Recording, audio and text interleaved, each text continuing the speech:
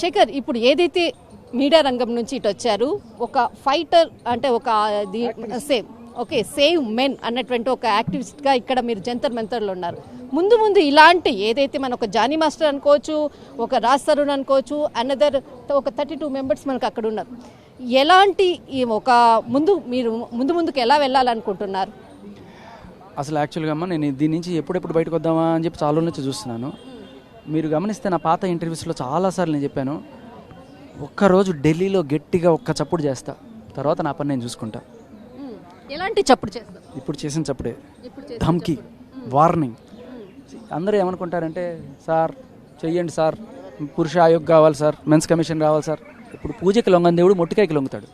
ఇప్పుడు ఈ గవర్నమెంట్ అనే కాదు, ఏ గవర్నమెంట్ కాదు, అంటే చులకన, కుక్క కన్నా హీనంగా చులకనగా చూసే వ్యవస్థ ఇవాళ మగవాళ్ళని, పోలీసులు కావచ్చు లేకపోతే చట్టం కావచ్చు. వాడికి ఏ రకమైన దిక్కులే చచ్చినట్టు, వాడు చచ్చిపోయినా పట్టించుకోరు. ఇంతమంది చచ్చిపోయినా పట్టించుకునే పరిస్థితి అంటే, మహిళల ఓట్లు అయితే సాలిడ్గా పడతాయి, మగాళ్ళ ఓట్లు పడవు, కాబట్టి వీళ్ళని పట్టించుకోవాల్సిన అవసరం లేదు అనే స్టేజ్లో నేను చెప్తున్నాను కదా.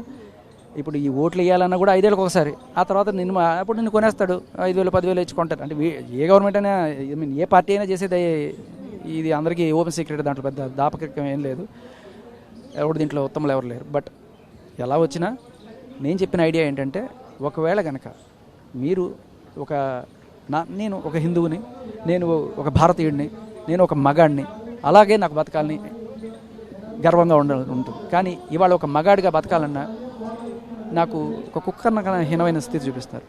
అప్పుడు ఏం చేయాలి? నేను ఏదర్ వేరే దేశానికి వెళ్ళిపోవాలి, పిఆర్ తీసుకొని, ఈ దేశంలో లాస్ సరిగ్గా లేవు, మాకు లాస్ తప్ప లాస్ పనికిరావు, or else gender operation change చేయించుకొని ఆడదానిగా బతకాలి, లేకపోతే ట్రాన్స్జెండర్గా బతకాలి. లేదు, అప్పుడు నేను చెప్పిన ఐడియా ఏంటంటే, రిలీజియన్ చేంజ్ చేసుకుందాం. మీకు అప్పుడైనా నొప్పి తెలుస్తుంది. తప్పుడు కేసులు పెట్టి చేస్తున్నప్పుడు వందల మంది రిలీజియన్స్ మారిపోతూ వెళ్ళిపోతున్నారు. అప్పటికైనా సరే, ఇప్పుడు అమ్మ నేను ఒకటి అడుగుతాను, వేరే మతం యొక్క చట్టాన్ని మారుస్తామో లేకపోతే చేస్తున్నప్పుడు వాళ్ళ మతానికి ఎక్కడో చట్టాలు ఉంటాయి. కానీ హిందూ మతం వేరే దేశంలో లేదా?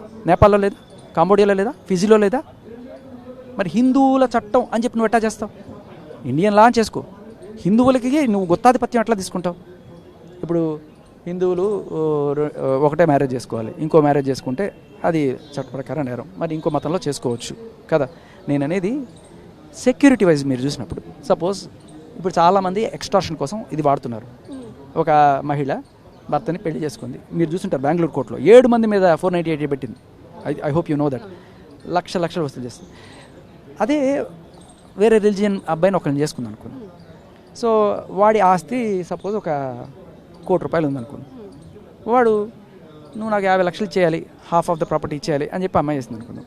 వాడు ఏం చేస్తాడు అంటే, ఈవిడ 100,00,00,000 దరిద్రాలకు అనంత ఉపాయాలు అన్నట్టు, నేను ఇంకో 3 పెళ్లి చేసుకున్నాను, లేకపోతే ఆ 3 కూడా పోతుంది, నీకు వచ్చేది ఇంత.